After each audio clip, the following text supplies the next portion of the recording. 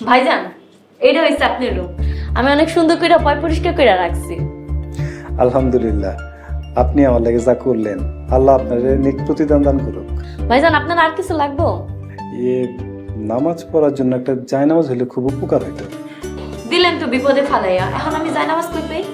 কেন, এই বাড়িতে কেউ নামাজ পড়ে না? খালু জানারা তো দেখি খালি দুই দিন নামাজ পড়তে। খালাম্মা আর আফামুনি রে কোনো সময় নামাজ পড়তে দেখিনি।